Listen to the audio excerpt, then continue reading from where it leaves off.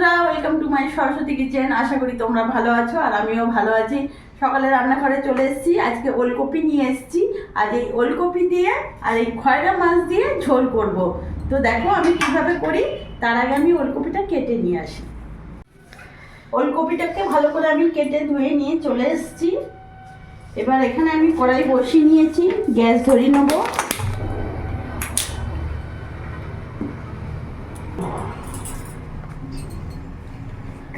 কড়াই গরম হয়ে গেছে, আমি এখানে সর্ষের তেল দিয়ে দেবো। রান্নাটা পুরোটাই সর্ষের তেলে করব।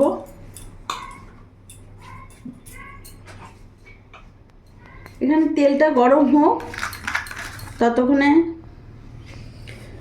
মাছে ভালো করে লবণ হলুদ মাখিয়ে নেব।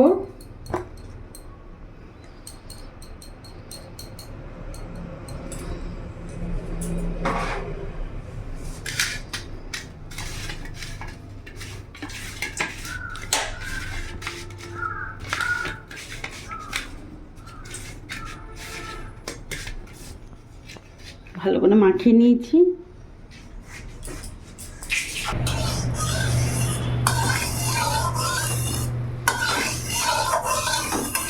তেলটা গরম হয়ে গেছে, চারিদিকে বুলিয়ে নিলাম।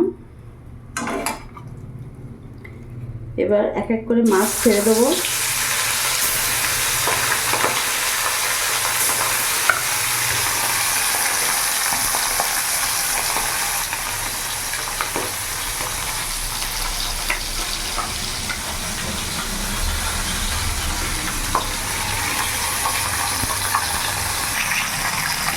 ভাজা হয়ে গেছে, আমি উল্টিয়ে দেবো।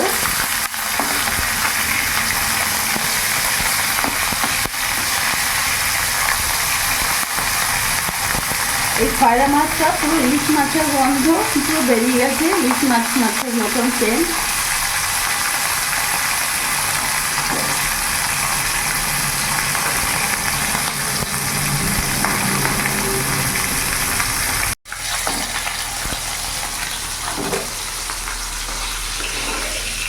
মাছগুলো নামিয়ে ফেলবো।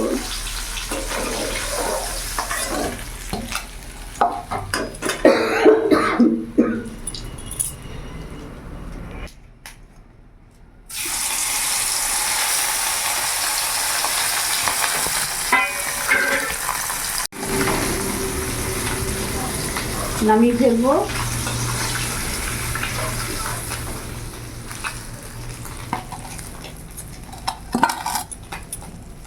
আমি আর তেল দেবো না, ওই তেলের মধ্যে এখানে ফোড়নে দিয়ে দেবো গোটা জিরে,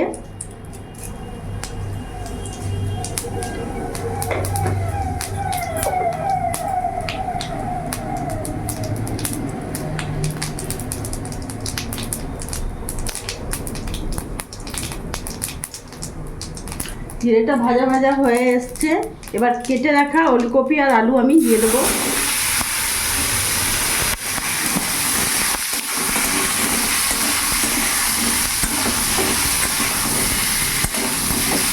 কিছুক্ষণ নাড়াচাড়া করে একটু ভাজা ভাজা করে নেব।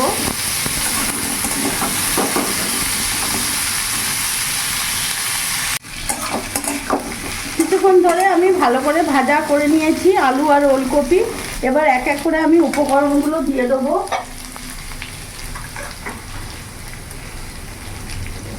লবণ দিয়ে দিলাম এখানে 1.5 চামচ, হলুদ গুঁড়ো দিয়ে দিলাম, জিরে গুঁড়ো দিয়ে দিলাম, এখানে একটু লঙ্কা গুঁড়ো দিয়ে দিলাম। ভালো করে নাড়াচাড়া করে নেব। গ্যাসের ফ্লেমটা আমি মিডিয়াম করলাম।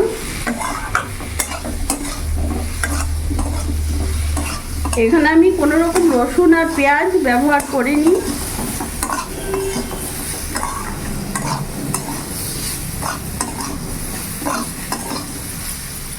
এবার কেটে রাখা টমেটোটা পুরোটা দিয়ে দেবো।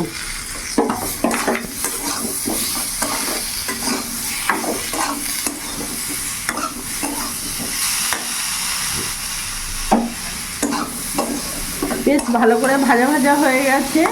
এরই মধ্যে এখন আমি জল দিয়ে দেবো।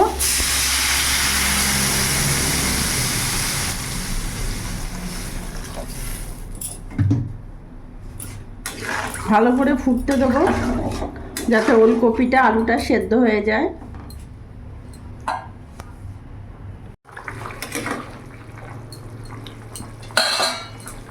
দেখতে পাচ্ছ ভালো করে ফুটে গেছে।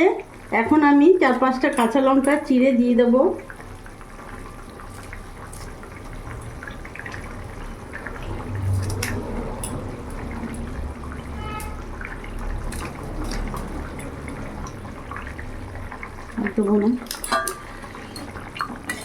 এবার ভালো করে ঢাকা দিয়ে ফোটাবো।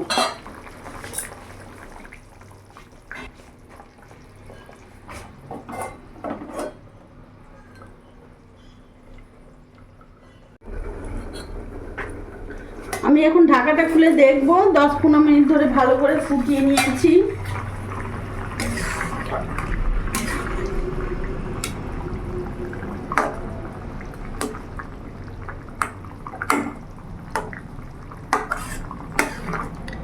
দেখতে পাচ্ছ আলু সেদ্ধ হয়ে গেছে।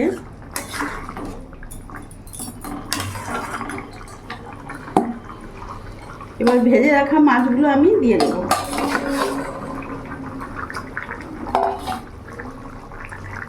যেহেতু এটা খয়রা মাছ, আমি বেশি ফোটাবো না।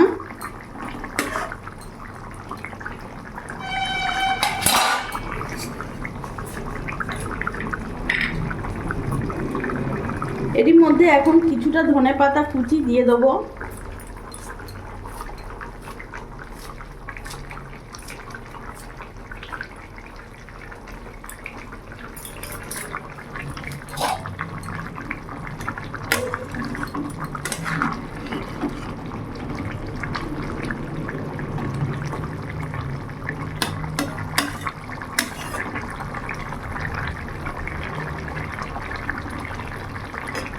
কিছুক্ষণ ফুটিয়ে নিয়েছি, এবার নামিয়ে ফেলবো। গ্যাস অফ করে দিলাম।